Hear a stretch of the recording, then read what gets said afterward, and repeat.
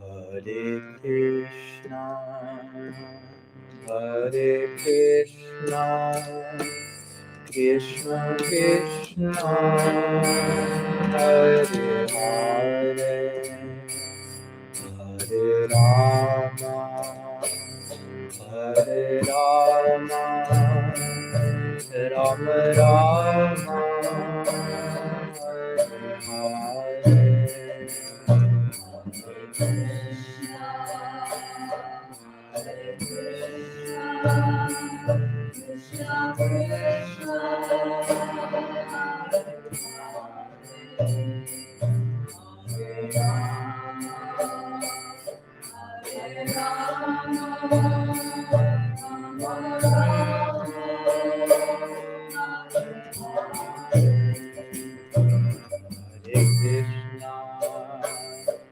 Hare Krishna, Krishna Krishna, Hare Hare,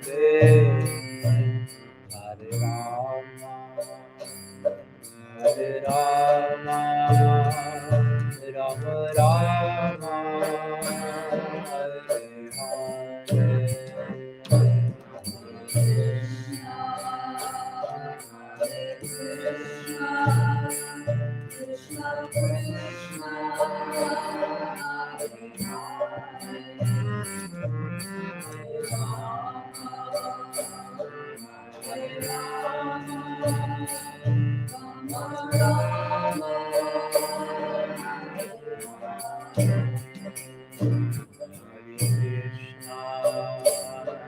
Hare Krishna, Hare Krishna, Krishna Krishna,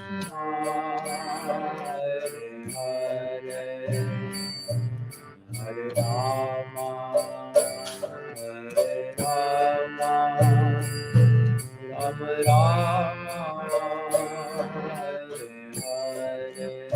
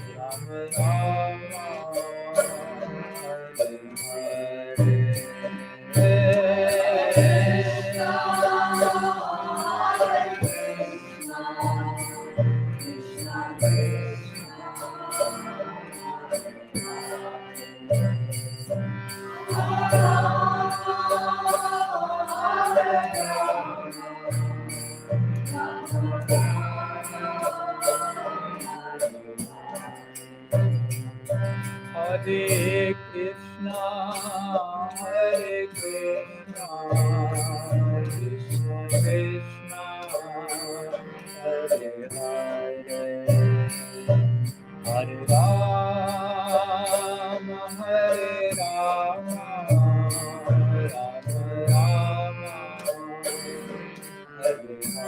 Hare Hare.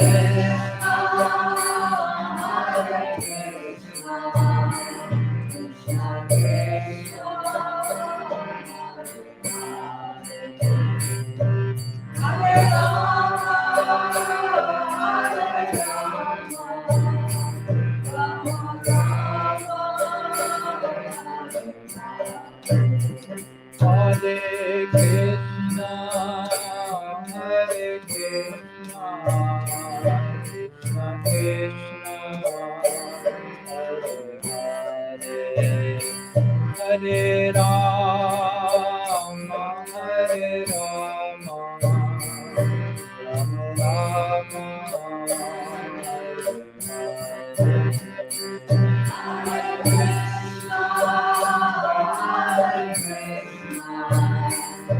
Hare.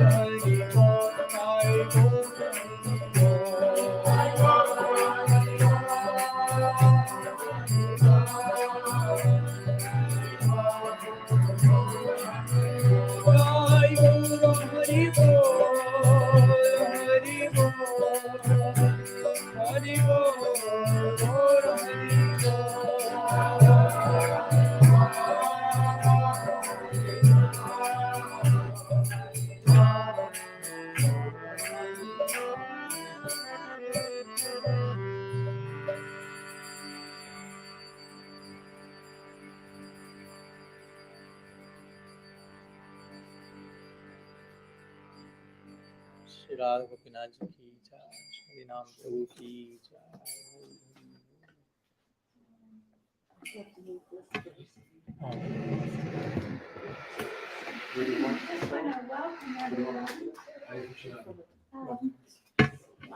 first program we had outside of this stuff. It's not. Lovely to have all of you come. I think most of you know Padmanabha Swami from maybe is there anyone that it's this new to him? Yeah. Yeah. So never met. Maharaj, this is Jatari Das. And this is Mahendrani, Yusamrata. Yes. And Dira Dasi and Vinod Das. Okay. My sisters. You know them. I know you from this weekend. Well, I saw you. Yes, You I were in came the to program. temple to see you. Yeah, you were in the program. Yeah, I remember. Yeah. And then she, I think, is one that texted Polity. Okay. That's a separate conversation. So just a few words. I mean, I can't say enough words about this wonderful young sannyasi who's been in our lives for the last few years. I'm very grateful. He was born in Buenos Aires, in Argentina. Yes. So English is his second language, and he speaks way better English than me. So I can't imagine what it would be like to listen to his classes in Spanish, but they're amazing in English. Yeah. And he got involved when he was 19 after going through a major existential crisis. And he was a musician before he became a devotee, so you see his musical talent has transferred to his Kirtana, and became a sannyasi at age 28 after being a brahmacharya for 9 years.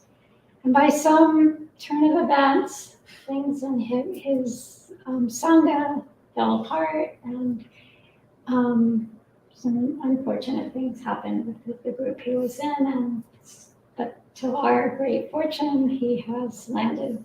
He had been listening to Triple Ray Swami for quite a number of years and considering him a Shiksha Guru. So he had taken reinitiation, all his initiations, including sannyas, some years back. When was that you took your reinitiation?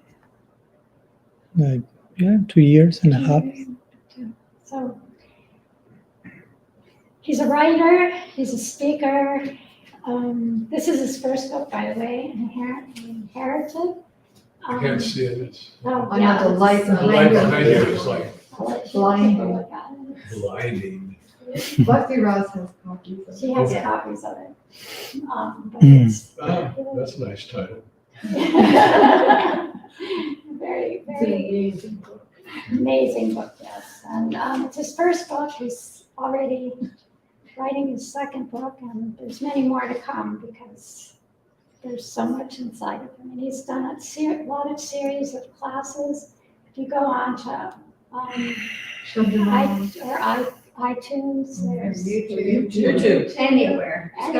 Just put Padmanabha Swami, and you will find wonderful series of classes. Gopi Gita, Pramada Gita. I know you didn't pronounce Gita. In Spanish. You didn't.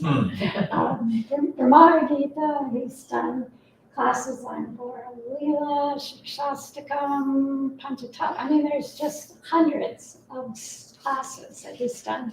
And right now he's doing a series on Brahma-stuti, and that's the class he's going to be giving tonight and tomorrow. And then on Friday will be questions and answers. So I could go on for the whole time, but I'm going to let you take over and let you get an experience in yourself. It also seemed like it was another benefit of COVID that he came so close to your son. That was when COVID was such a blessing. Yeah. He ended up getting stranded in North Carolina for about 6 months. for about 6 months, pretty much. It was- But you get that. Lucky y'all. Yeah. It was So, he went back- coronavirus for us. Yeah. Coronavirus. Coronavirus. And you all persuading him to give those classes that he gave. That was great. That's right. There were so many benefits to that coronavirus. Great. And we're wondering what's going to happen this time. The borders will get closed again. Let's see, we have a week to. I shouldn't hope for that. As you said, they had a week to pull up the ace of spades from their sleeve. So let's see what happens.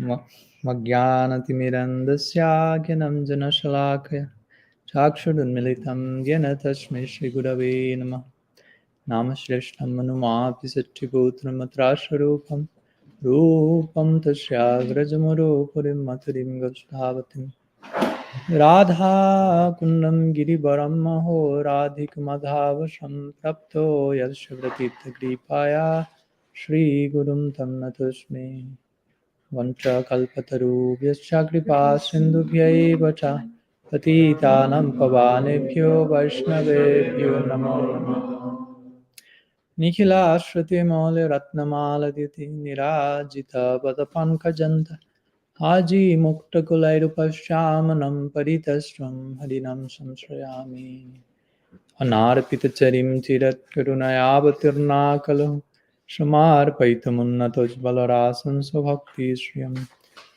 Hari Purata Sundaradhyuti Kadamba Sandipita Sada Hridaye Kandares Purato Vasachinandana Janulambitha Bujjo Kanakavadato Sankirtanai Kapitaro Kamalaya Taksho Vishwambaro Dvijabaro Jukatharmapalo Ande Jagat Priyakaro Karunavataru Ladini Shakti Swarupaya Gauranga Suridaya Cha Bhakta Shakti Pradhanaya Gadadhara Namastate He Krishna Karuna Sindho Dinabandho Jagatpate Gopesha Gopika Kanta Radha Kanta Namastute Radhe Vrindavanadishe Karunamrita Vahini Kripaya Nijapadabja Dasanmayam Pradiyatam Bhaktya Vihinaya Aparadha Lakshaye Kipta Shakamaditarangamadhye Kripam Maitvam Sharanam Prapanam Vrinde Namaste Charanarabindam Vrinde Namaste Charanarabindam Srila Gurudev ki jai, Shriman Mahaprabhu ki jai, Shri Harinam Sankirtan ki jai, Shri Shri Radha Gopinath ji ki jai, Grantara Srimad Bhagavatam ki jai, Shri Brahma-stuti ki jai, Gaur Bhakta Vrinda ki jai, Gaur Premanand Hari Hari Bo. So, pranam to all and good evening. Thanks so much for coming today. I'm very happy and honored to be once again in Radha Gopinath Mandir, Alachua version. I've been in North Carolina with them and some of you, and now we are being taken on this side of the country. So it's always a very unique experience to share with the Vaishnavas wherever it may be and speak some Harikatha. So as Archana Siddhi mentioned, we are continuing today. We have been lecturing these days on Mahaprabhu's Tattva, Gaur Kathamrita, but also some months ago, I have begun some series of lectures on Brahma-stuti, the prayers of Sri Brahmaji. So with your permission, we will speak about that today and tomorrow. And on Friday, as Archana Siddhi mentioned, we will have Ishtagoshti, questions and answers on whatever topic you may want. So today today's my lecture, 16th lecture. So we have started quite a while on Brahma-stuti. So I will do some brief recap of what we have been seeing since first time I'm speaking on this topic here in Alacha. And also because we will be speaking about the very important verse of the Brahma-stuti today. Arguably, we could say even the most important. So casually that's happening here. So as you may know, the Brahma-stuti are the prayers of Brahma, which come after the famous Brahma Vimohan Lila, or the bewilderment of Brahma, which is narrated in 13th chapter of the 10th canto of the Bhagavatam, which begins, of course, before that with the Agasur Lila, when eventually after killing Agasur, Krishna enters there, kills him. Eventually, Agasur enters into the body of Krishna that represents a extraordinary event where even personalities from other dimensions appear, and Brahma also gets closer to look what's going on Earth and realizes this unique feature of Krishna. I mean, he met Krishna at the beginning of creation, and but Krishna was in a arguably different presentation there. He was Brahma's guru, basically. Brahma's guru, Brahma's father, Brahma's grandfather, if you want to say that Brahma was born from a lotus. Okay, but the lotus was born from a form of Krishna, even not Krishna himself. So he can be, say, the grandfather of Brahma, or his guru as well. So he spoke to Brahma at that time in a very guru-like way, if you will, according to the situation, the necessity of the moment. But now in this Brahma Vimohan Lila, Brahma is finding his guru in a very, how to say, unexpected dynamics, in the midst of a picnic, in full informality, joking and eating with left hand and tasting something, and his friends, they go past tasting something themselves and putting their remnants in Krishna's mouth, telling him, oh, this tastes so good, you have to taste that. And Krishna is tasting that, and he's sharing his own remnants with his friends. And Brahma is wondering whether this person is actually the person I saw at the beginning of creation. Is this my guru, or this is some like false replica of him, whatever? No, because it doesn't seem like a guru. Basically, he seems like whatever you may want to say there, like a playful boy. So as we know, he tried, he did not do so, but he tried to kidnap Krishna's friends and calves and somehow interrupt the picnic they were having. That was their first picnic in the whole Prakat Lila. So you can imagine also how much expectation was there in all the friends of Krishna. Krishna himself, today we are having our first picnic. We were having lunch without the ball and chain of our parents' presence there.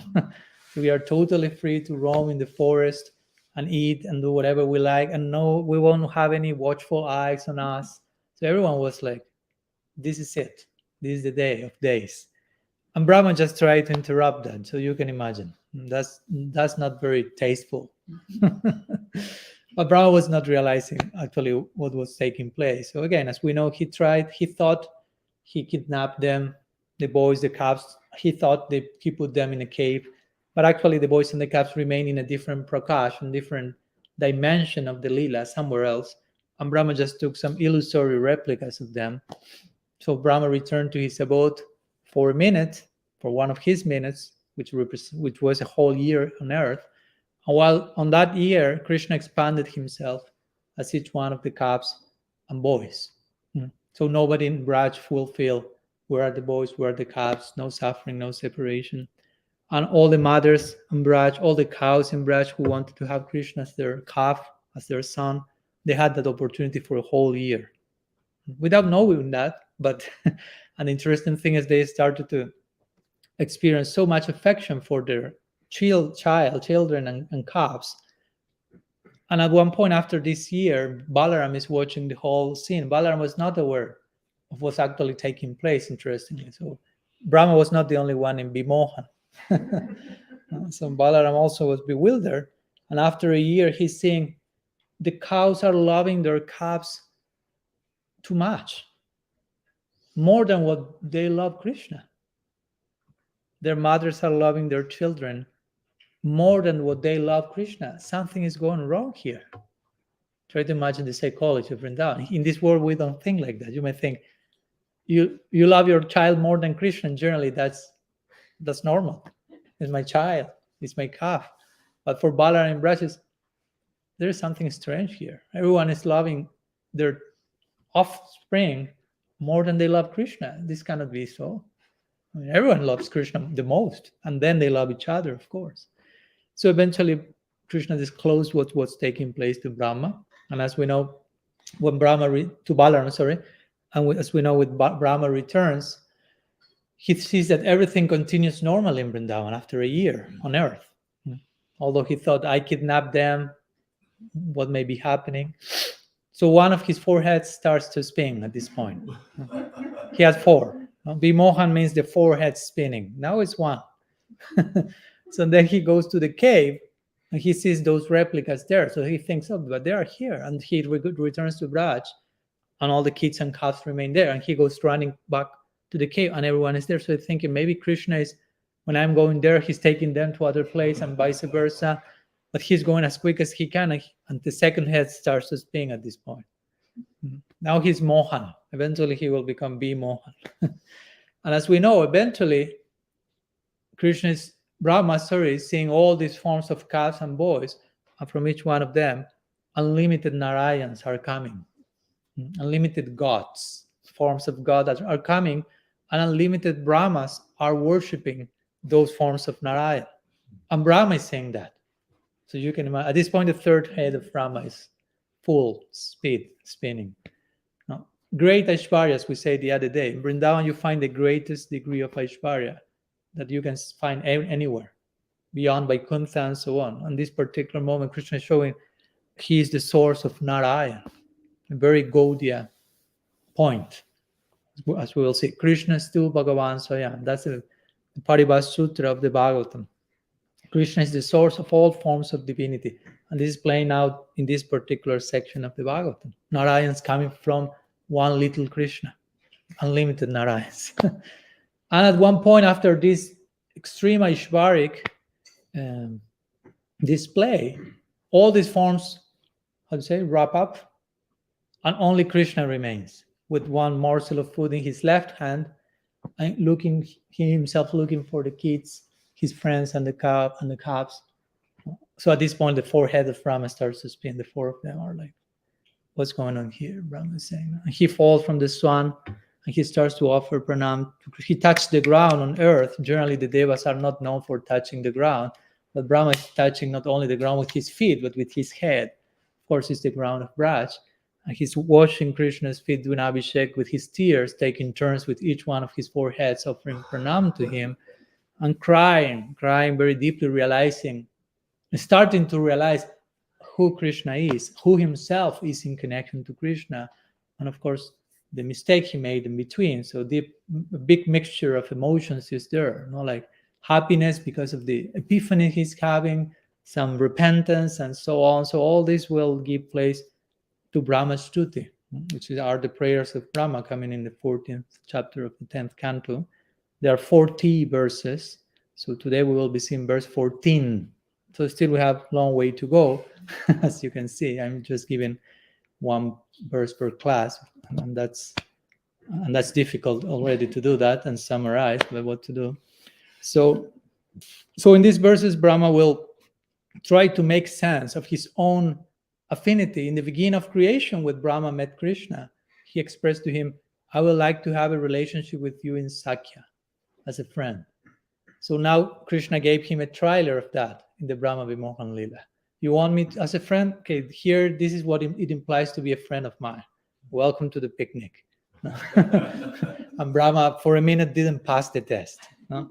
But now he's making sense of all that is happening, and actually he feels attracted to that. So he's discovering himself in that particular prospect, as he's discovering Krishna as well, in that particular relationship.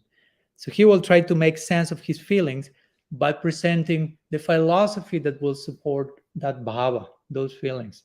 Because as we say, for us, bhava bhakti, prem bhakti, these transcendental emotions are to be sustained by siddhanta or tattva, philosophy. Bhava is a philosophical emotion, if you will, to put it like that. It's not just emotion. Everyone can be emotional. But the emotion we have as a goal of sadhana, that has siddhanta and tattva as its foundation. So this series of verses and prayers of Brahma basically lay out the whole Gaudiya siddhanta in a very systematic and interesting way, verse after verse after verse, and gradually they escalate to Brahma's expression of his longing and his emotion and his prospect of service in Braj. So there we have already studied, as you can see, 13 verses. Many important verses from our tradition are there. Tatinu kampam susamikshamano, jnana prayasamudhapasyana mantai, and many others that will come as well. where Brahma is presenting the glories of bhakti, above karma, above jnana, specifically jnana sunya bhakti. And then he starts to show, before this verse, the one we will see today, how Krishna is, different aspects of the divinity are aspects of Krishna, like Mahavishnu, Garbhadakshay Vishnu, Siddhadakshay Vishnu. And today we will reach one interesting verse in which Brahma will make the point that not only these Purusha avatars are your aspects of expansions, if you want to put it like that, but Narayan himself is a portion of you, which is, again, it's a very revolutionary statement, because for many people, Krishna is an avatar of Narayan. But Brahma here establishing Krishna's tu Bhagavan Swayam, in other words. So let me make a brief recap. I did a brief recap of the whole series, but generally I do also a brief recap of the last class I did, the previous verse, because every verse is somehow connected with the other in a thread. So I will briefly mention some words regarding the verse we saw in our previous verse, verse number 13, where Brahma is addressing Krishna as the mother and the father at the same time. In previous verses, Brahma referred to Krishna as a mother, and he inside the womb. Everything is in your womb. Everything is inside of you. And in this particular verse, he's referring to Krishna as a father. So I'll read the verse very quickly. It says, "My dear Lord, the revealed scriptures say that the unborn Brahma," he's speaking about himself in third person, "comes out of the lotus flower growing from the navel of Narayana, who lies in the waters of dissolution into which the three worlds have merged. These words are surely not false. So was I not born from you?" So here Brahma is presenting a rhetorical question. Of course, it's quite well known from Shastra that you are my father, Brahma is implying. And you are my grandfather, if you want to put it like that, as we mentioned. If my father is the lotus, then you are my grandfather. The lotus comes from you. Your Padmanabha, from your navel, the lotus is coming. So Brahma somehow is pointing at the uniqueness of his birth, because not everyone born as Brahma was born. That's a very peculiar type of birth. So he's not out of pride. He's not saying, "I'm so special, I was born from a lotus," but he's saying, out of humility, he's begging. In these verses, the thread through all these verses is Brahma is begging Krishna special forgiveness, because he's feeling, I made a very special offense.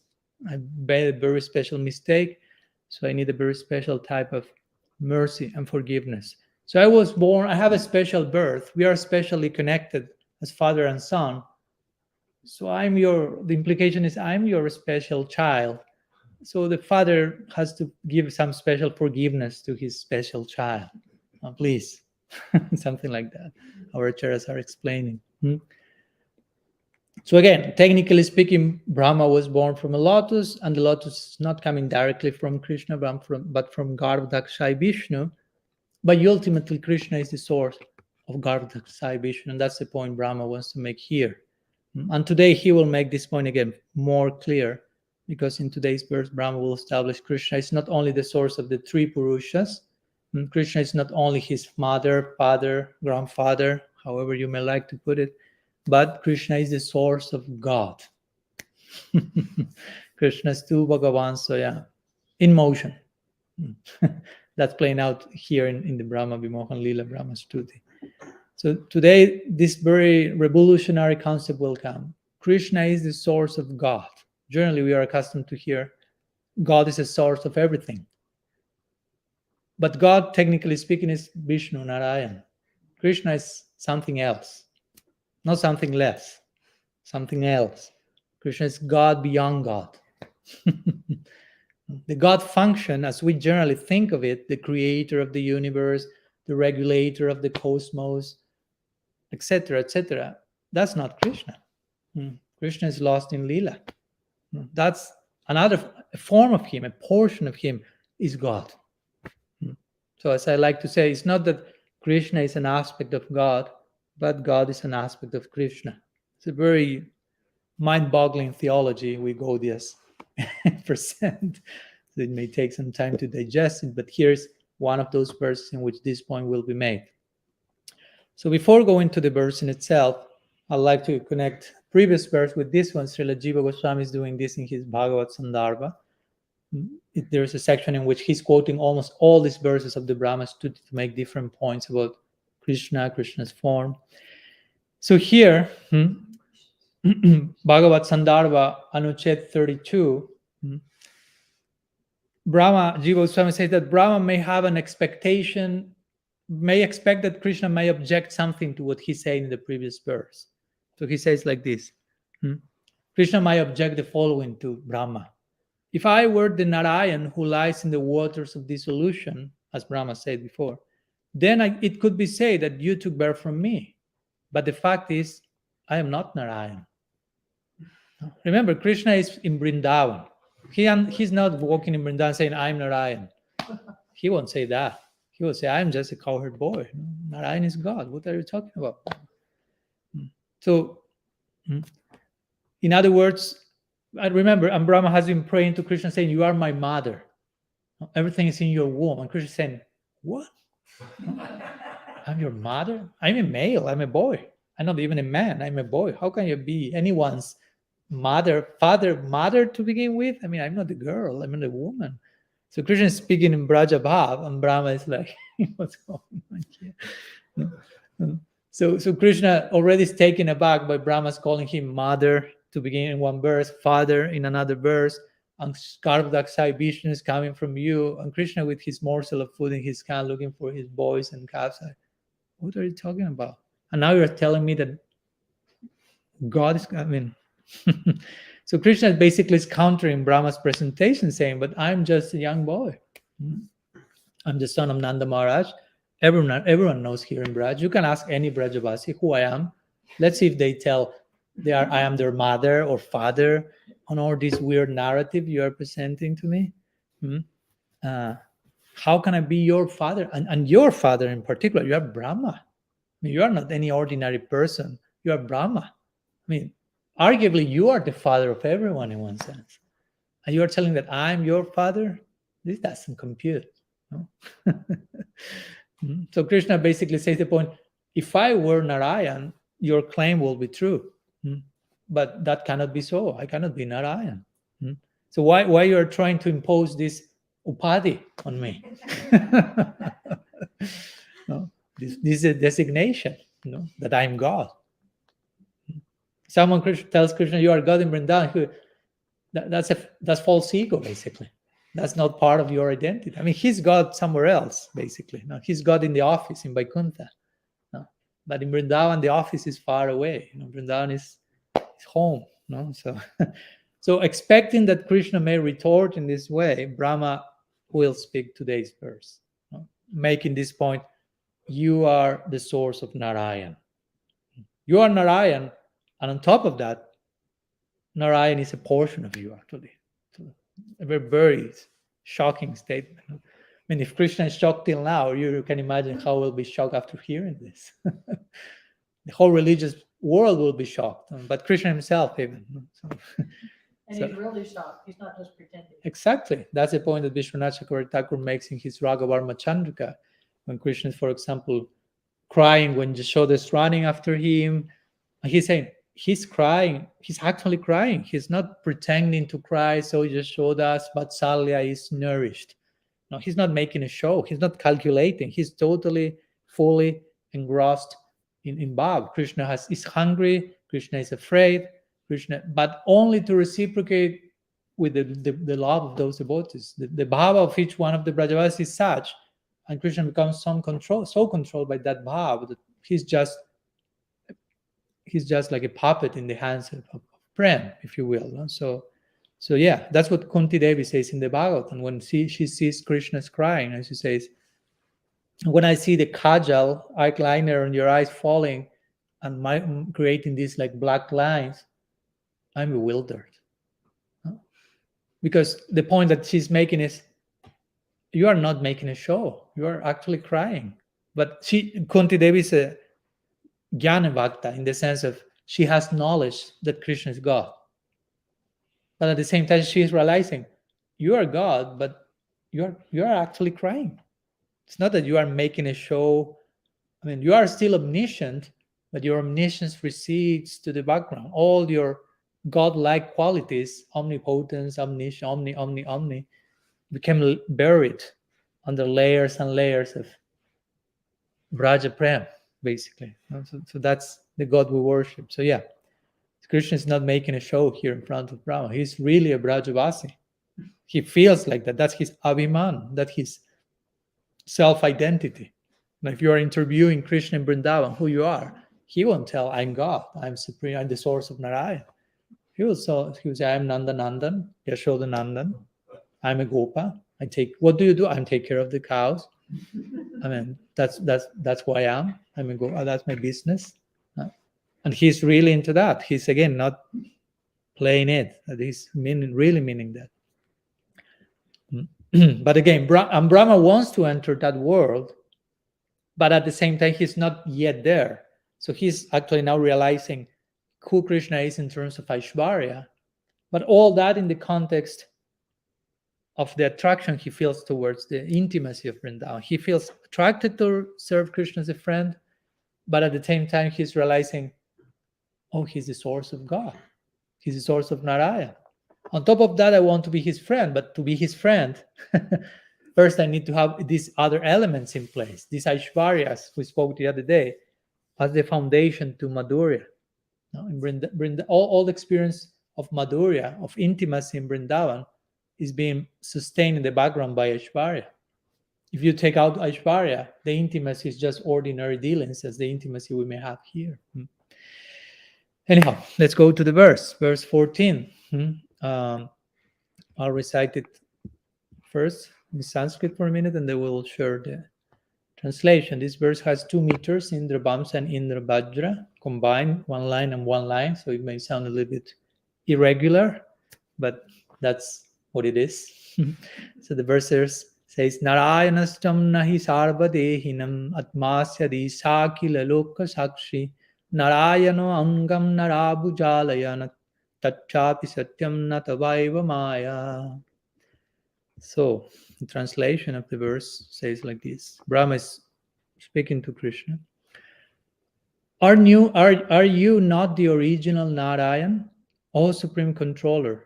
Since you are the soul of every embodied being and the eternal witness of all created realms, Narayan is a portion of yours, and he is called Narayana because he is the generating source of the primeval water of the universe. He is real, not a product of your illusory Maya. So, of course, the main expression in this verse, Narayana Angam. Angam means a portion of you. So Brahma is making this crucial point here, Narayana Angam. So let's briefly go through the Ambaya, the word by word of the verse, and then we will try to unfold a little bit of its meaning and implications.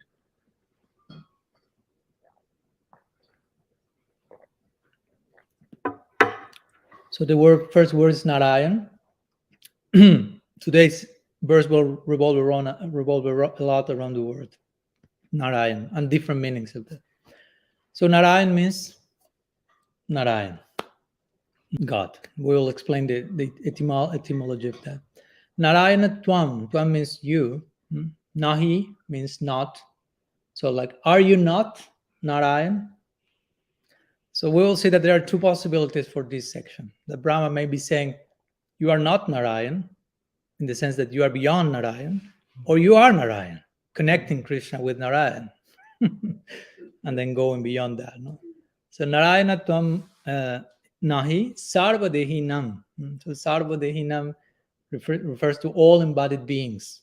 Sarvadehinam Atma is soul. So you are the soul of all souls, the souls of every being, basically. Asi Adisha. So Asi means you are, and Adisha is supreme controller. Isha means controller, and Adhisha means controller of controllers. There are many ways in which Krishna is addressed similarly. Then he says, Akila Loka Sakshi.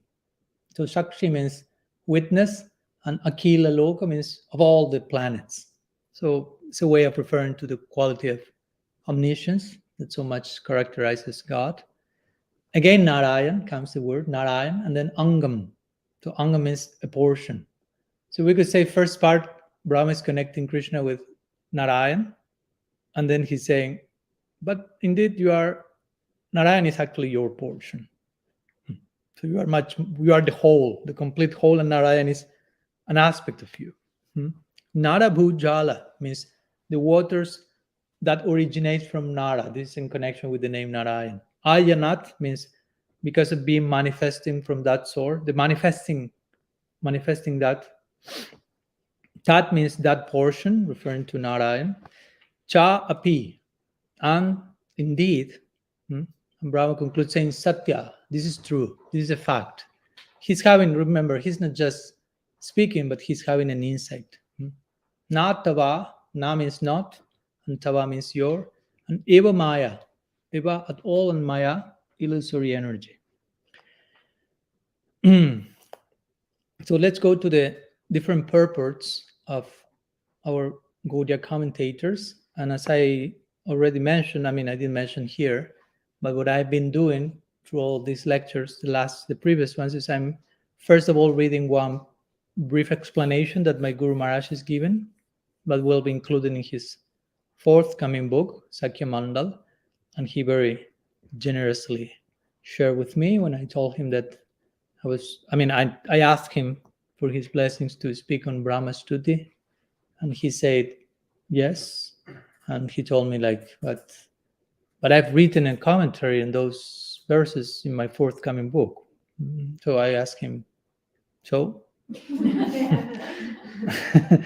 implication of that is, and he told me, of course, that if you want, I can lend them to you and you can share them. Okay, yes, why not?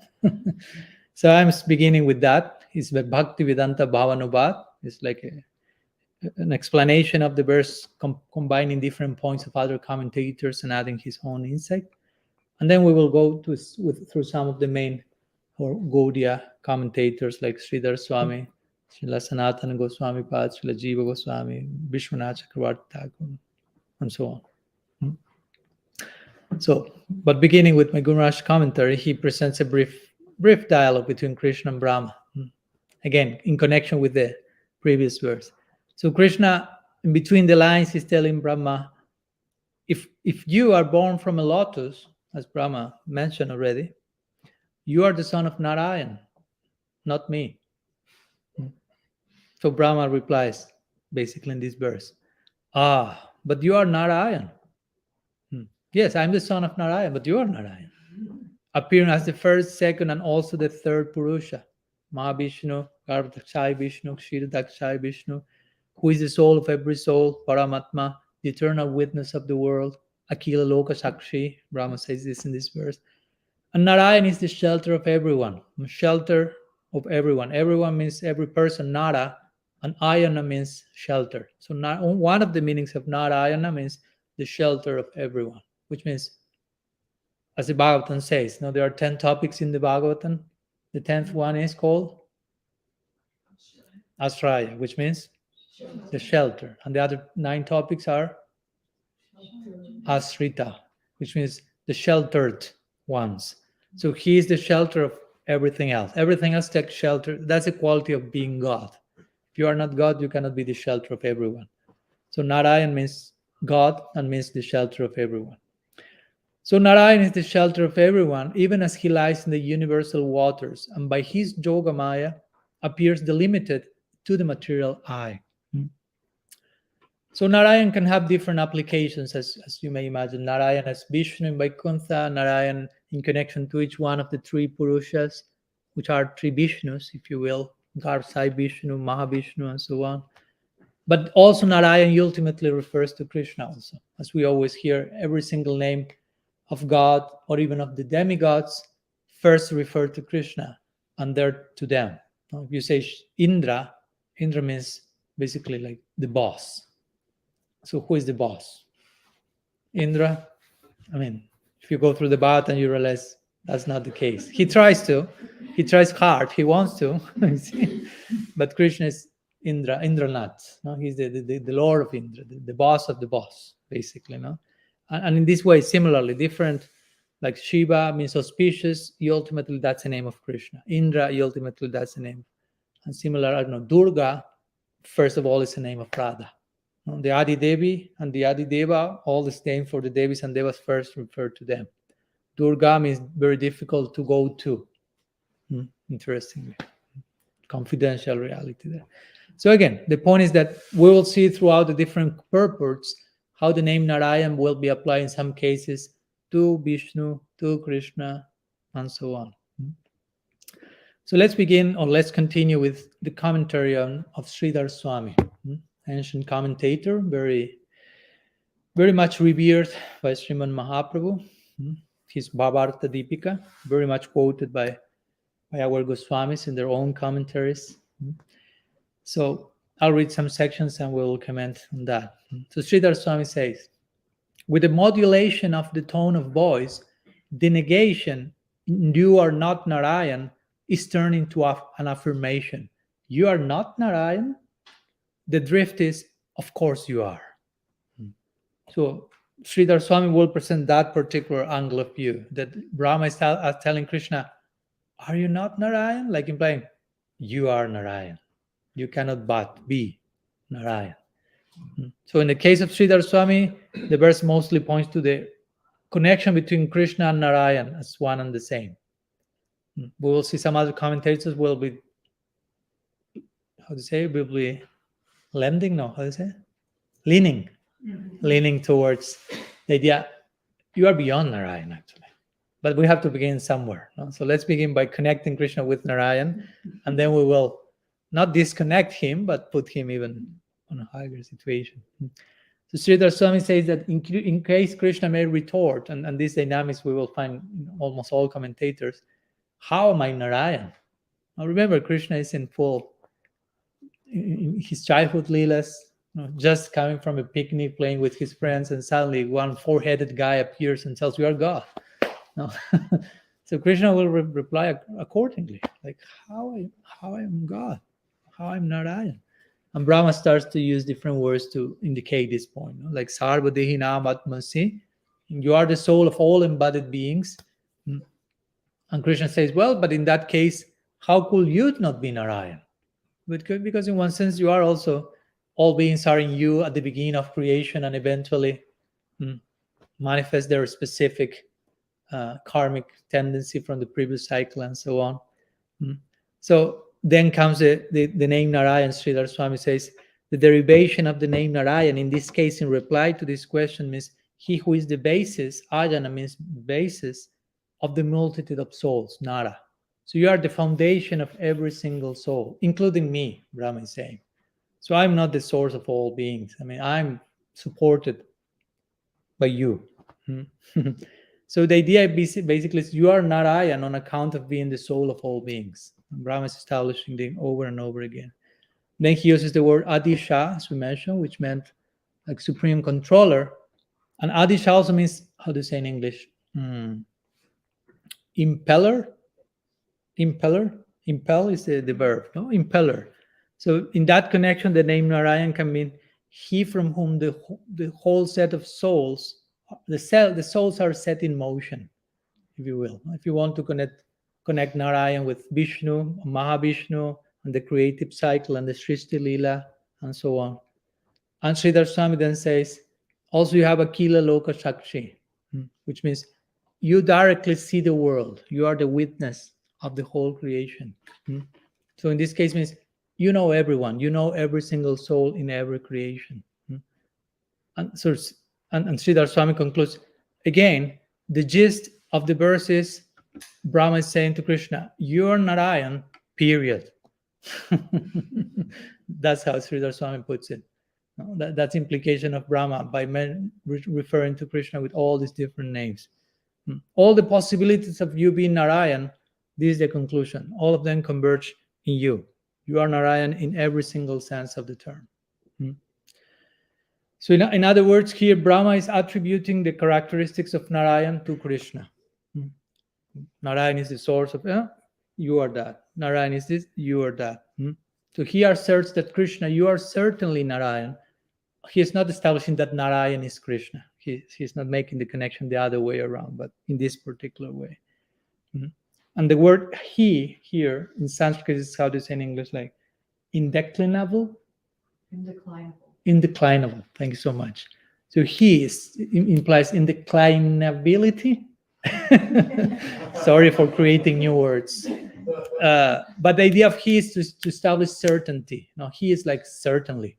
So like implying there's no other way that it can be, but like this. Mhm. Again, this is creating the basis for the idea of, indeed, actually Narayan is a portion of you. To begin with, we establish the connection between Krishna and Narayan.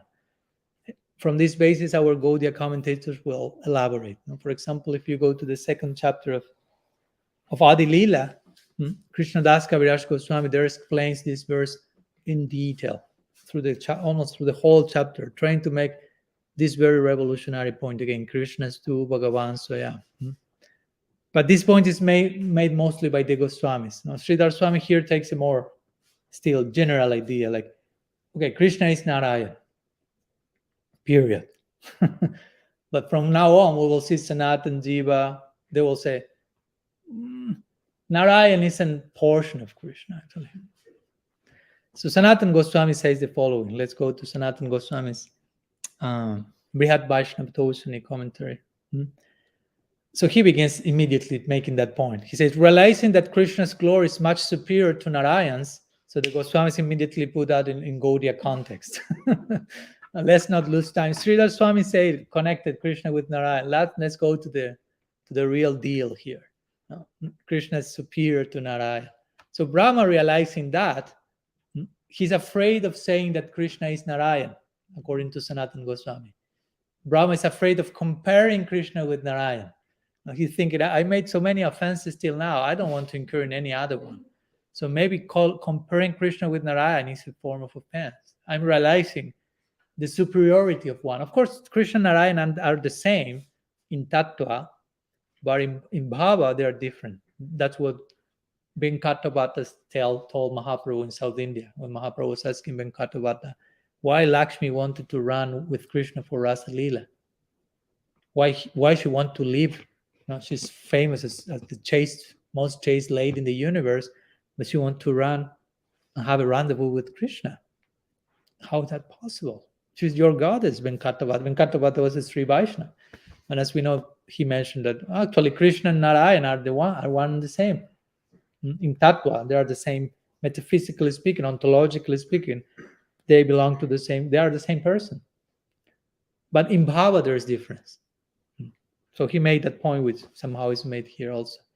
So Brahma is afraid of comparing Krishna with Narayan here, in terms of he's realizing, okay, the superiority of Krishna in terms of rasa, the prospect for a sacred aesthetic rapture, if you will.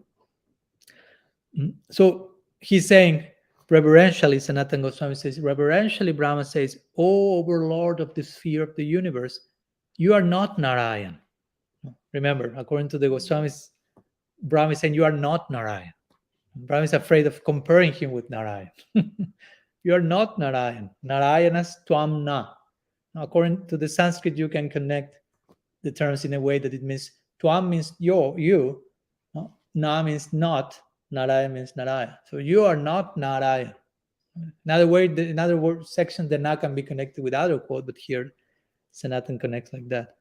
Why? Because he who is Narayan is actually a plenary portion of yours, Narayana Angam. So you are not Narayan. You are the source of Narayan, which again, for us is, as we say the other day, we take these things for granted because we came to the temple first day. Okay, that's Krishna, Supreme Personality of Godhead, and all the forms of divinity come from, okay, that's all. You continue.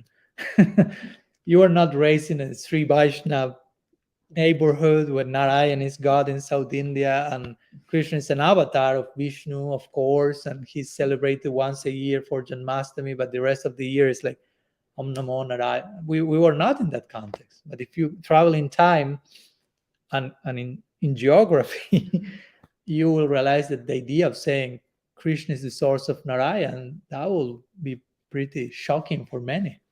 But our Goswamis were establishing the Gaudiya theology in a very bold way, and of course, in a very genius-like way, of course, not just whimsically saying things out of context, but showing how this is in Shastra. So again, through Sridhar Swami, by Sridhar Swami, this is presented like a rhetorical question. Are you not Narayan? Of course you are. To confirm Krishna is Narayan, to give that first ground. But then, as we see, Sanatana Goswami, Srila Jiva Goswami, in his Bhagavad Sandarbha as well, they are presenting this idea. Certainly you are not Narayan. You are the source of Narayan. So it's the same point, if you will, but from different perspective. You are Narayan, and on top of that, you are not Narayan. Still, you are Narayan in one sense, but on top of that, you are something more. Sorry, you have a comment? Now, these prayers, they're in real time, right? So as he's speaking them, he's realizing, right? And then there's Exactly. a progression. Exactly. Yeah. So right in the middle of the verse, he switches track, like, well, maybe you're not. Right. Sorry. In the middle of the verse, first he says, "Are you not Narayan?" He says, "No, but maybe you're not Narayan." Mm-hmm. You know what I mean? Mm-hmm. He's having the realization. Yeah. at the same time he's speaking it. Yeah, we were speaking. That's a very good point that actually I made in some of the previous lectures, that actually these 40 verses of prayers are represent like a sequence, progressive sequence of increased epiphany that Brahma is having. It's not that verse 1 and verse 40 are on the same level. It's not the same Brahma first verse. And you can, when you go through the verses, you realize, okay, this Brahma is totally transformed from one verse to the other one. So that's a very interesting idea. Yeah, he's having further and further realization as he prays to Krishna. No, that should be happening to us. That's the idea. If we are really praying from a sincere place, each single prayer will be deeper than the previous one. No, we'll be closer to Krishna than the previous one. So Brahma is showing that. So we could make that case. Okay, no, you are Narayan. No, you are not Narayan. Actually, I'm realizing you are more than Narayan. In one same verse, he's reaching, after every line, a higher degree of realization. So again, that's showing us like the prospect for us also as sadhakas. Now we have to remember this is not just, oh, how nice Brahmas is praying there, and I'm here on a latch. I have nothing to do with that. No. You have to make those sections relatable.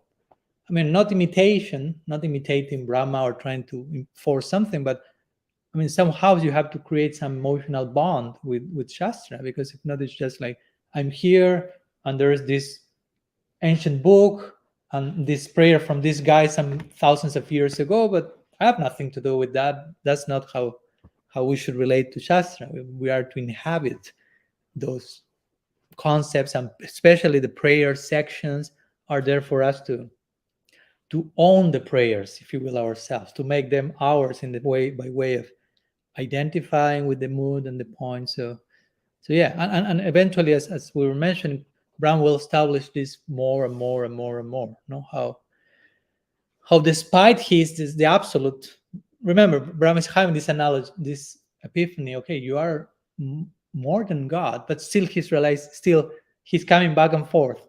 You are God, but you are a coward. On top of that, and I want that, but you are God. But no, at the end he will say, "Aho bhagyam nanda gopa brajokasam yan mitram paramanandam purna brahma sanatana." So this verse, very famous verse, almost the conclusion, verse 32 or something, he's saying, oh, how wonderful, how wonderful. 12 times he said, "Aho bhagyam, how fortunate are these cowherd boys who are relating with you as a friend, although you are Purna Brahma Sanatanam. You are the complete Brahman, an eternal reality, absolute truth." So this is a mixture of Aishwarya and Madhurya. He's saying you are the complete absolute Brahman, but these gopas are relating with you as on one-on-one, like friends. How fortunate they are. Implying, I want that fortune. Still he's aware you are God, but he's seeing himself more and more predominated for the intimate idea. No? So yeah, every single verse is increasing Brahma's insight. So again, he's making this crucial point here. Krishna's tu Bhagavam Swayam. Do not lose sight of this line ever. when you open the Bhagavatam. Because again, Jiva Goswami is saying this is the Paribhas Sutra of the Bhagavatam. This is the line which rules all other statements in this particular book. All other statements are to be ruled by this single line. And if everyone will say, as my Guru Maharaj likes to point, only one line is, the whole 18,000 verses have to revolve around one line of one verse. It's not that whimsical a little bit. And Jiva Goswami said, no, I can show you that. I'll write something about it. Here you have Krishna Sandarbha. That's my making sense of how the whole Bhagavatam has to revolve about this single line. All that is in this single line. Krishna's tu Bhagavan Swayam. The word tu in the Bhagavatam means but. And so in this section of the Bhagavatam, in the beginning, it is a description of the different avatars of Bhagavan. And then it says, Krishna's tu means but, which is a distinction is introduced. Now we are speaking about different avatars, but Krishna, Bhagavan Swayam. He's the original source. In the words of Srila Prabhupada, Krishna is the supreme personality of Godhead. Godhead has many personalities, multifaceted jewel, but this is the supreme aspect of his personality, if you will, the most intimate one. And sometimes the Brahma Samhita gives the example of a lamp. Maybe you have heard that one. Like a lamp that will light candle that will light other candles.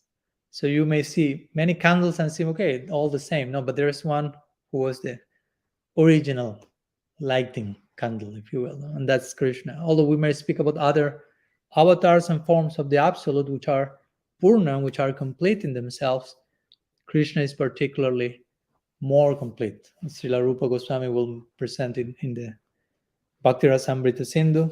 He says, Krishna, even speaking about Krishna, he makes gradations. What to speak about other forms of the Absolute. So he will say, Krishna in Dwarka, he's Purna, which means he's complete. Krishna in Mathura, he's Purnatara. He's more complete. And Braja Krishna, he's Purnatama. He's the most complete. All forms are complete. No, it's not that we are saying some of them are not complete, but some of them are more complete, although everyone is complete. And Krishna is the most complete. Krishna is tu Bhagavan. So yeah, Brahma Samhita has many parallel sections, interestingly, to Brahma-stuti. It's the same person praying. For example, Govinda Madi Purusham Tamaham Bhajami. This is another way of saying Krishna is tu Bhagavan. So yeah, Ishvara Parama Krishna. It's another way of saying Krishna is tu Bhagavan. So yeah.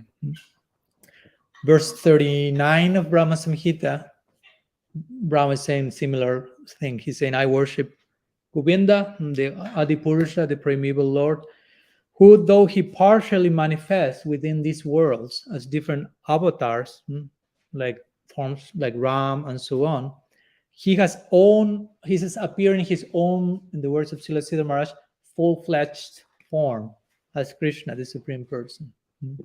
So in other treatises like Brahma Samhita, Brahma is making the same point that he's making here. And there are other sections in the Bhagavatam which make the same point. Like, for example, when at the end of the 10th canto, when Vishnu is kidnapping, at the beginning, you don't know who is kidnapping whom, the sons of this Brahman who are being born and dying,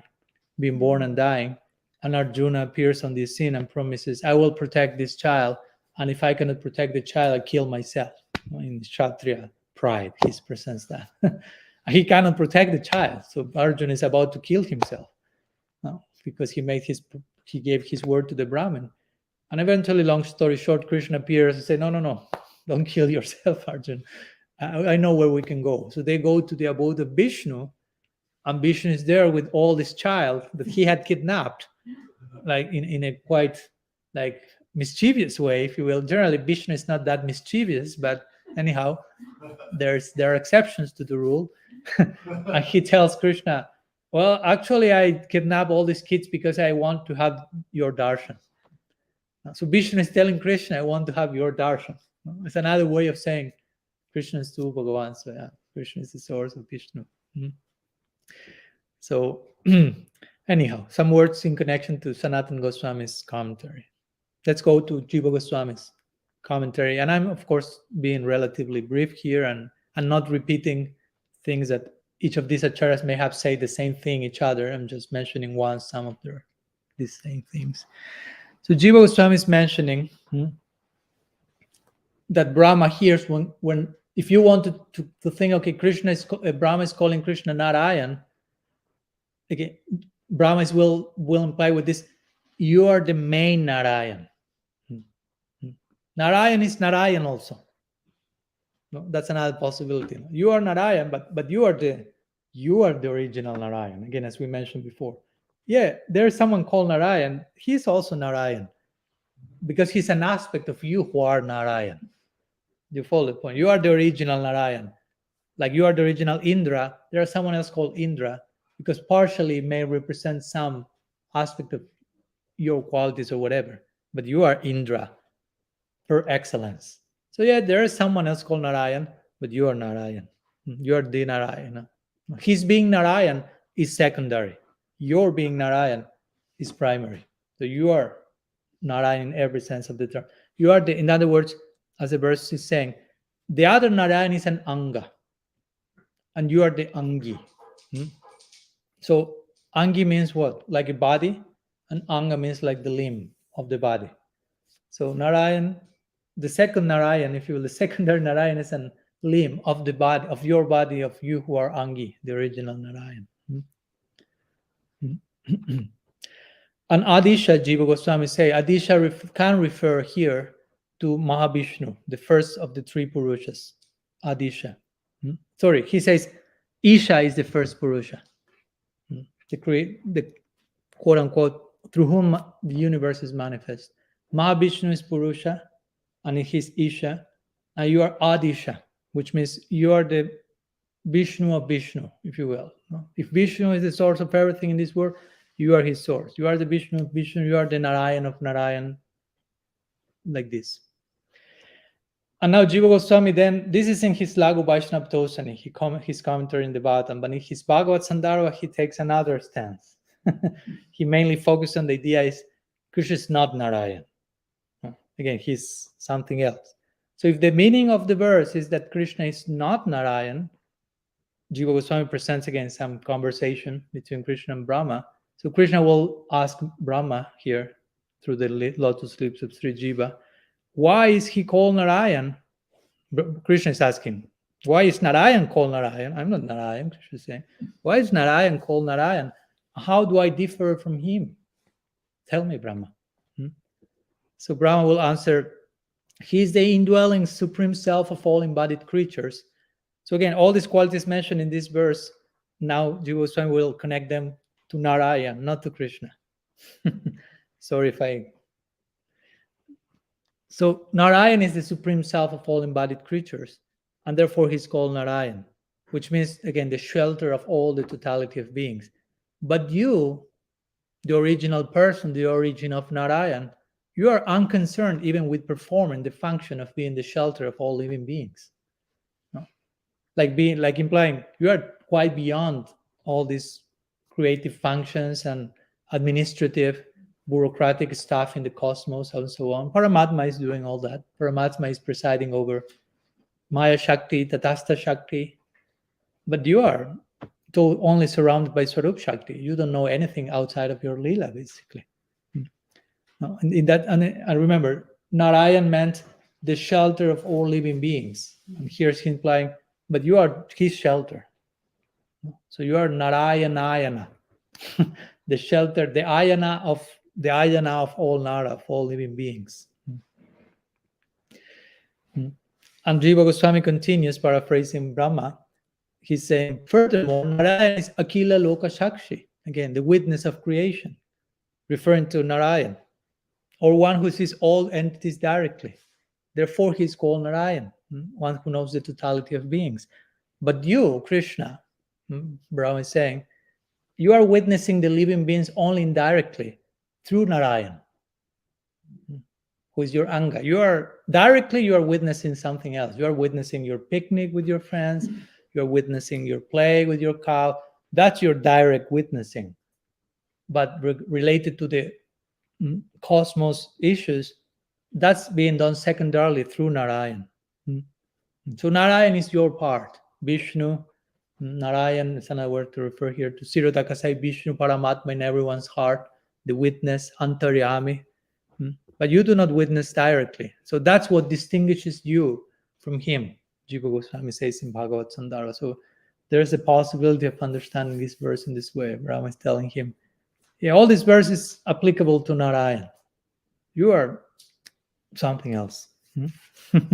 So Krishna is not the direct witness of every single living being entity's actions. He's again the supreme enjoyer. He's Rasik Sekar. He's absorbed in tasting mellows in Leela. That's a very unique point that we need to understand. And we need to not to feel, oh, Krishna doesn't know what's happening or something like that. No. Basically, you should ask, why should he be interested in the nonsense I may be doing? I mean, if I try to be a devotee, then he will take attention. But if you choose just to remain under the influence of Maya Shakti, why should I force him out of the Leela to be attentive to whatever nonsense I choose to do under the influence of the gunas? No, for that, he has some particular agency that will deal with that. No? But he's too busy to engage in Leela. No? So it will be a little bit, how to say, over demanding from us to say, Krishna, stop being aware of what's going on in Leela and just be aware of what I choose to do in the context of Maya. It doesn't make sense. But the more we enter into the shelter of Bhakti Shakti, of course, naturally, Krishna will be presiding over that experience, basically. But the point is, God is not basically presiding over material creation. That's an interesting Gaudiya point. Jiva Goswami makes that point in Paramatma Sandarbha. Mostly people think God is he who presides over the world and the souls in this world.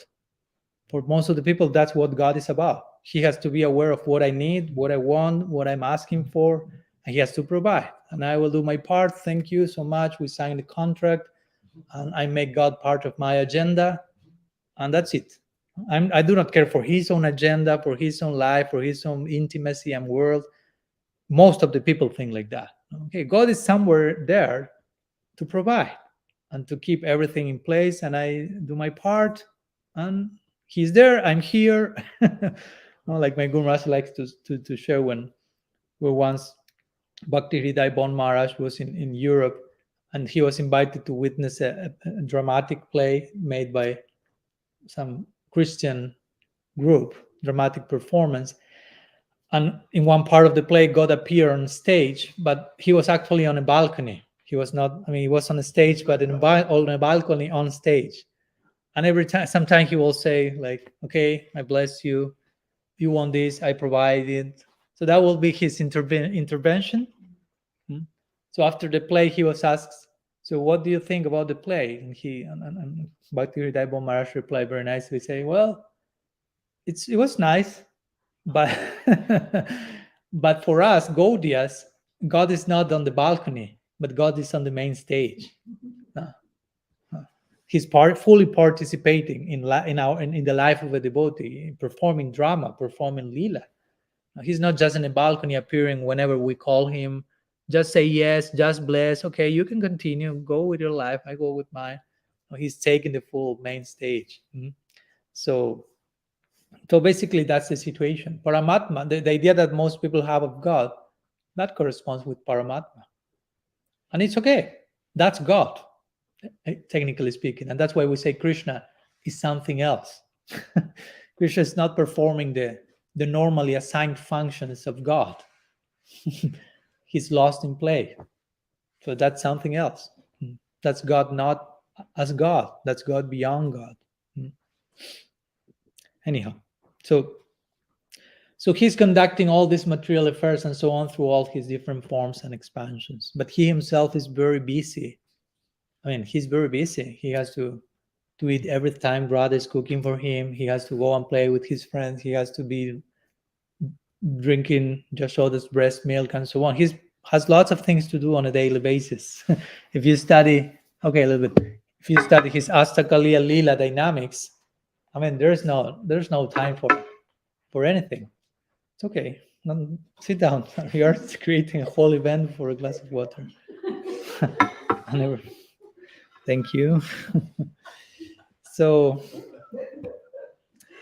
Krishna responds to this. Okay, so according to Jiva Goswami, Krishna replies, so it seems that your intention is to say that Narayan is not me. Okay, I'm getting it clear, Krishna is telling to Brahma. But somehow that I'm Narayan in some other kind of way? How is that? Krishna is replying to Brahma after making all this point. So Brahma is saying, according to Jiva Goswami, he is Narayan. Narayan is Narayan. Because all actions of the living beings proceed from him. That's another meaning of Narayan. But your controlling potency is superior to his. You are the supreme controller, the supreme Narayan, above Narayan, Adisha. That's why you are also called Narayan, basically. In the same way, he says that governors and the emperor who rules over the governors, both of them are called king. Sometimes in the practice, in the engagement, the emperor is called king, the governors are called king as representatives of the emperor. So in the same way, he's called Narayan, but you are ultimately Narayan. So that's what Srila Jiva Goswami is mentioning. We may need to go a few minutes, transgress a few minutes with your blessings. Let's go to Vishwanath Chakravarti Thakur, and with this we are closing. I won't extend that longer. So similarly, Vishwanath Chakravarti says, anticipating that Krishna might say, is it true that you are the son of Narayan? But then who am I, O Brahma? Again, all commentators present the same narrative of Krishna being in a state of mugdata, in the words of Vishwanath Chakravarti, which is a form of, like, say, naivete. Like, okay, it seems you are the son of Narayan, so who am I? Brahma answers in this verse, are you not Narayan, the supreme controller of everything? So here we go back to this possibility of connecting Krishna with Narayan. And Krishna replies to Brahma, but I'm called Krishna because I'm dark in color and I live in Vrindavan. Vishnu is called Narayan because he lies in the water. How can I be Narayan?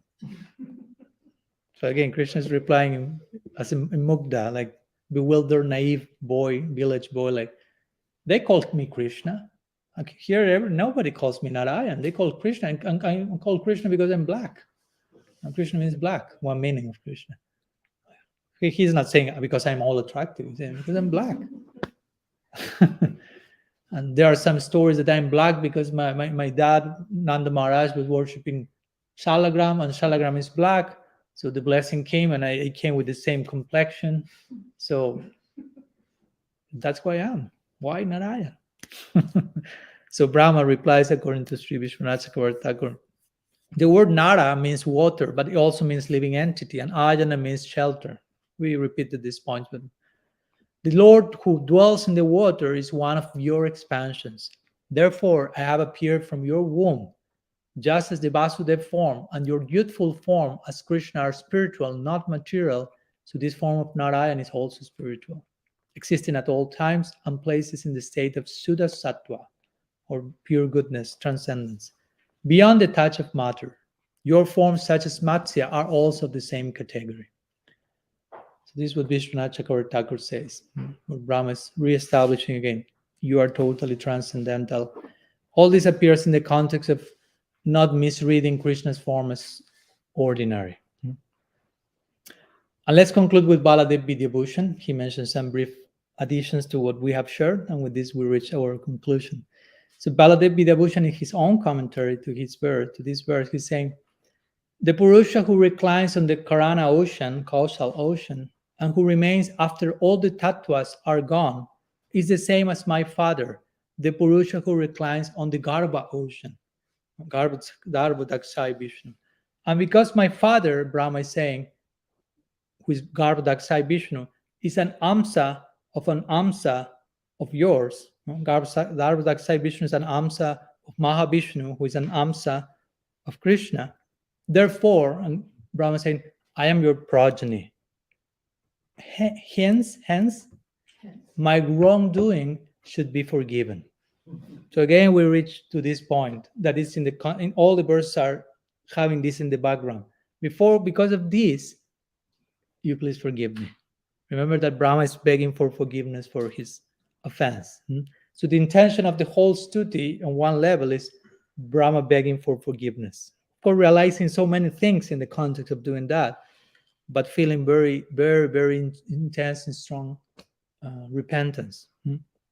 So in this way, just to conclude here in this verse, Brahma is using various definitions of the word Narayan, and he's proving all of them are applicable to Krishna in one way or another. Narayan is an expansion of Krishna, and therefore Krishna can be called Narayan because of that. He has all of Narayan's characteristics. In that sense, he's including Narayan and more. Narayan is inside, if you will, him and more. And remember, Brahma just a few minutes ago, he just had this epiphany from Krishna, as I mentioned, unlimited Narayans are coming and then are wrapping up inside of him. So he's having this experience of this interconnection, Narayan and Krishna, but understanding you are the source of those Narayans. And so naturally, he's keen of expressing this in his prayers, this principle, Krishnastu Bhagavan Swayam, Krishnastu Bhagavan Swayam. So again, the main statement in this verse is Narayan, who is widely known around Shastra and the world, the source of the cosmos, and the source of Brahma, and the source of various avatars. I mean, he's no small person. He's a portion of Krishna. No, this person who is the origin of everything has an origin, if you will, not in time, but a source, if you will. So again, Anga means bodily limb, Angi means the body, Krishna is the Angi, Narayan is the Anga. So whatever exists in one part of the body, of course, is included in the whole. So basically, Brahma is concluding whatever exists in Narayan also exists in Krishna, and more. Srila Rupa Goswami makes this point in Bhakti Rasamrita Sindhu, mentioning there are 64 qualities that Krishna has, and there are 4 of them. I mean, there are 50 of them that the normal jivas can have on certain degree, not fully. Then there are 60 of them that some extraordinary personalities can have. 55 of them, like Shiva personality, that they can have on some degree. And there are 60 of them that Narayan can have on some degree. But 4 of them are only present in Krishna. Which are those 4? Let's remind among ourselves. All of them end with Madhuri. I'll give you just a hint. Lila Madhurya, Benu Madhurya. We already said that one. Benu, Lila, Rupa Madhurya, and Prema Madhurya. So these 4 are making Krishna the supreme personality of Godhead, if you will, no? Like highlighting his position even above that of Narayan.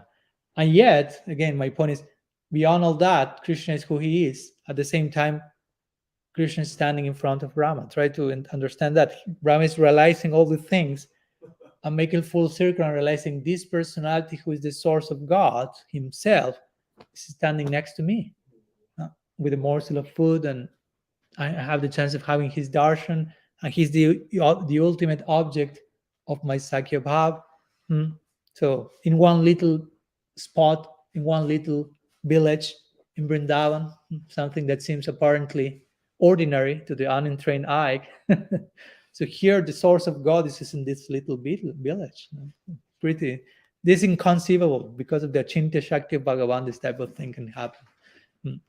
So here we will put our Bhagavad Gita to rest with your permission. And of course, tomorrow we will continue with the next verse, which will, starting from the next verse 15 till verse 22, there will be actually inside these 40 verses, there are sections of certain number of verses which have a particular theme there. So tomorrow we'll start one of those from verse 15 to verse 22. But Brahma will continue elaborating on the point just being made here. God is an aspect of Krishna. That requires considerable unpacking. And Krishna's position in general. So I'll leave here, but we have a few minutes for if there are any questions. You mentioned over the weekend when you were talking about Gorni Tai, that when we want mercy, we really don't have any position to ask for mercy from. In other words, we really are unqualified. Uh-huh. We don't deserve mercy. Yeah. And if we think we do, Yeah. then that proves how unqualified we are, Yeah. right? Yeah.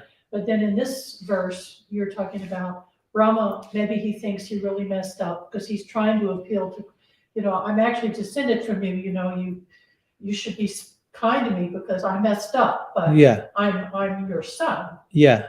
So what's happening here? Why Yeah. is he appealing to this relation? Yeah. Yeah. We have been explaining that in the previous classes of the previous verses, how in one sense we could say as every single verse there is an increasing in the insight that Brahma is having. Correspondingly, we could say there is an increasing in the humility that Brahma is expressing in each verse. Although in some of those verses it may seem that he's not that humble, and it may seem apparently just externally that he's like demanding some form of like, I am your son, you have to forgive me. You may say that doesn't sound that humble. No. But we were elaborating on this idea that in many occasions humility will take different forms, that it's not what we may idealize. Well, we may have a certain idea, okay, this means to be humble, and we may have our idea like just okay this and but sometimes someone with extreme humility will behave in a way that seems like bold or even may seem proud, but it's just coming out of a place of full confidence or full trust or full intimacy. So this is what's happening here in connection with to Brahma. Brahma is actually increasing his humility. If we go to the almost the first verses, he's very overtly, clearly expressing humility in the typical way, if you will, in which you realize, oh, he's really repentant and he really feels I've messed up the whole thing, and he cries and he starts to beg for Krishna, for please give me another chance, if you will. And as the verses as the prayers progresses, again, sometimes it may seem that he's saying, even in one point, in one of the verses, Sanatana Goswami mentions that Krishna is, Brahma is calling Krishna Adokshaya in one of the verses. So a few verses back here, 2 or 3 verses before. And Adokshaya has many meanings. One of the meanings is he who is beyond mind and senses. But here, Adokshaya is a name that the Brajavasis gave to Krishna. And there are 2 leelas connected with that. Sanatana Goswami connects with Putana, some connect with Shakatasur. Adokshaya means he who was born again under the, how do you say in English? Cart's axle? Oh. Yeah. So Adokshaya, ya means comes from Janma, has to do with another birth. And Adoksha means under the cart's axle. So, yeah. So the point is why Brahma is calling Krishna with that name in this particular context, and the implication that Sanatana Goswami imposes, because he's saying this name corresponds with your childhood pastimes, in which all of us know how mischievous you were, and you stole butter and you broke stuff and you did this, but every time you did mischief, your parents forgave you. You were always forgiven by your parents. So Brahma says, you are my father, I'm your child. So as your parents forgave you always, you have to forgive my mischief as well. So again, it may seem like how he's speaking to Krishna like that doesn't seem too humble. But actually, he already laid the foundation of humility as we know it. And now he's expressing another form of humility in terms of a sense of intimacy that he's feeling with Krishna. So it's not something out of the situation. So similarly here, he's referring to Krishna in different verses as father or whatever the verse, but already like establishing a sense of relationship, unique connection, personal connection. And on that basis, he's still having full humility, although it may not seem so. So he's trying to approach Krishna from all these possible different angles. You are my father, you are my mother, you are the source of God, you are this. But the conclusion, the converging point is always like, please forgive me. No? Sorry, yeah, Pranav. Yeah, just to further thought is that just because we're unqualified doesn't mean we don't ask for mercy. We may not be qualified, but we need it. Yeah, of course. Yeah, of We course. ask for it. And as I always like to make this point, of course, we are not qualified, because if we are qualified, that's not mercy anymore. That's justice. Justice means what you deserve. So if you receive what you deserve, that's not mercy. Technically speaking, that's against the very definition of mercy, which is, we say sometimes costless mercy, which is redundant, if you will, because it's not deserved mercy. That's justice. So yeah, I mean, we don't deserve mercy, which doesn't mean we don't need mercy, which doesn't mean we won't ask for mercy.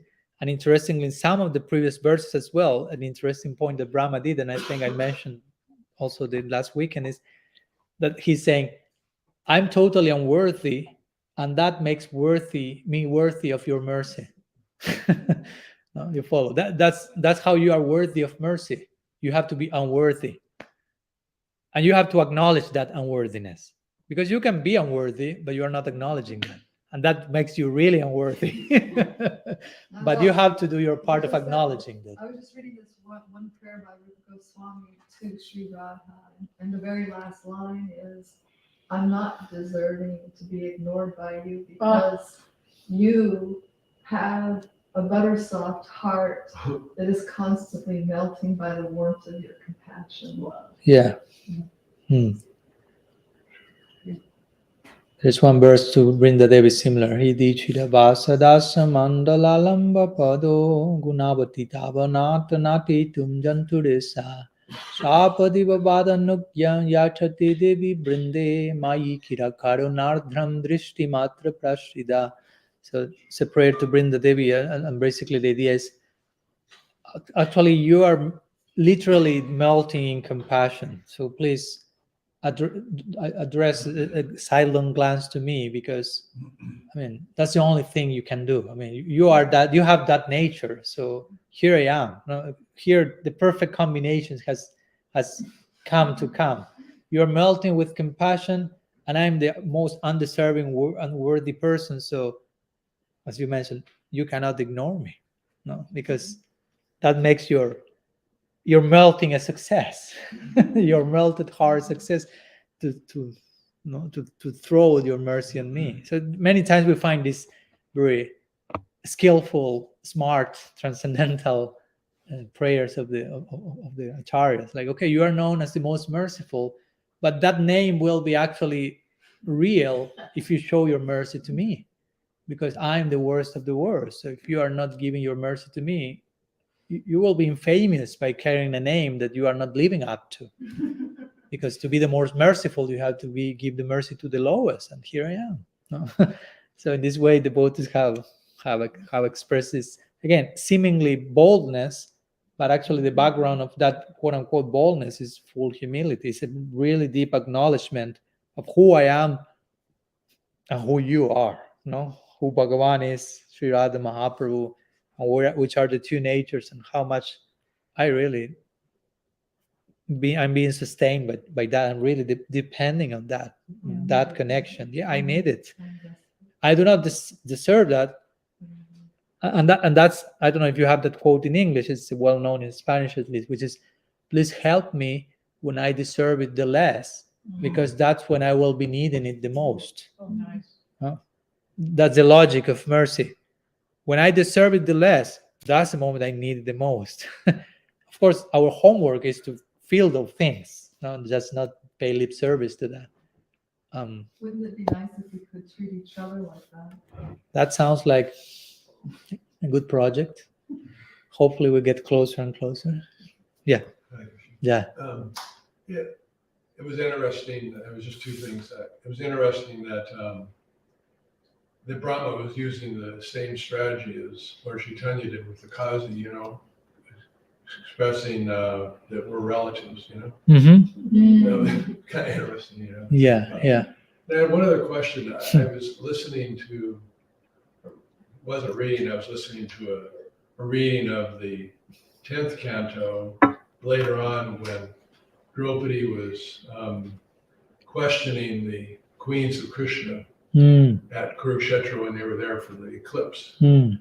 And one of the queens, and I missed that part of it, one of the queens was saying that Krishna, won her in a contest, by shooting a fish from the ceiling. Does anybody know which queen that was? Same as kind of Draupadi, but even Arjuna missed the target. Anyway, after that, the kings were there.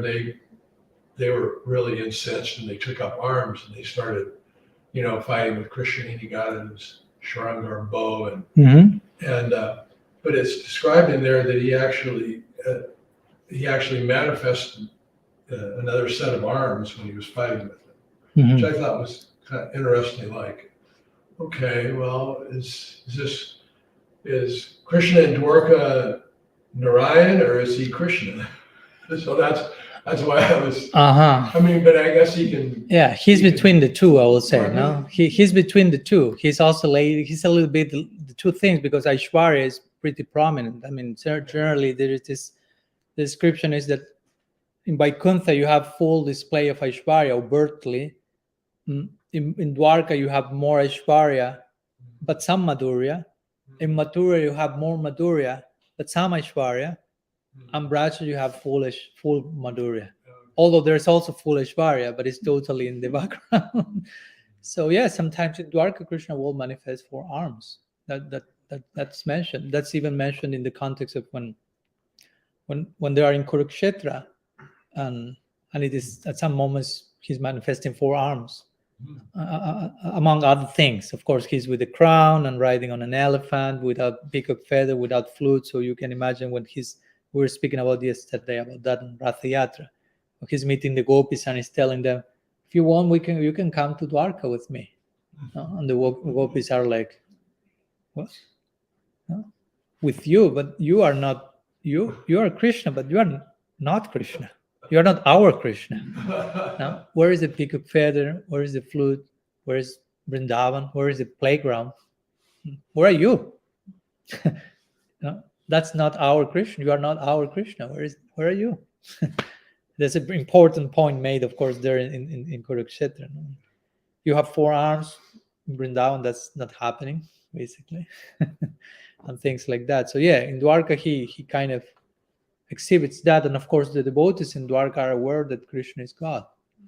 And there's that one time when the gopis are looking for Krishna, and he does assume 4 arms until Radha. Oh yeah, we spoke that the other day also. Yeah, that Krishna disappears from Rasa Lila, and the gopis running looking for him, and Krishna assumes Narayan, Bhuj, Chatur Bhuj, and the gopis meet God. Radha is in the background. Radha fainted, so she's not running with the gopis. The gopis are meeting Krishna, and they ask Narayan, and they are asking the only question that they have in mind, which is, you are God, you are omniscient. Where is Krishna? You know everything. Tell us where Krishna is. That's the only question we have to make to God. And Krishna's Narayan was like, my gosh, these girls are unique, and he doesn't reply. So the gopis say, for some reason, Narayan must be doing Mauna Brata today or something. So he's not speaking. Let's continue looking for him. And they continue. And yes, sometimes the other part of the story is some Radha will appear next, and Krishna is not able to contain the Chaturbhuj, because the love, the form that he has that corresponds with her love is so powerful that the Chaturbhuj, two of the arms shrinked, and immediately he becomes Tribanga Lalita and playing the flute, because Radha's love, the point is that Radha's prem is carving Krishna's form, if you will. No? God's form appears according to the love of the devotee. There's a type of love, God appears in a particular form. So in front of Sri Radha, Krishna cannot remain as Narayan. That's like the point of the story, if you want to put it in one way. No? She makes Krishna who he is, he ultimately. No? I was thinking that pastime actually proves the point of today's class, also because Narayan could not give the gopi shelter. So it was Krishna that could only give shelter. Yeah. Narayan. Yeah, exactly.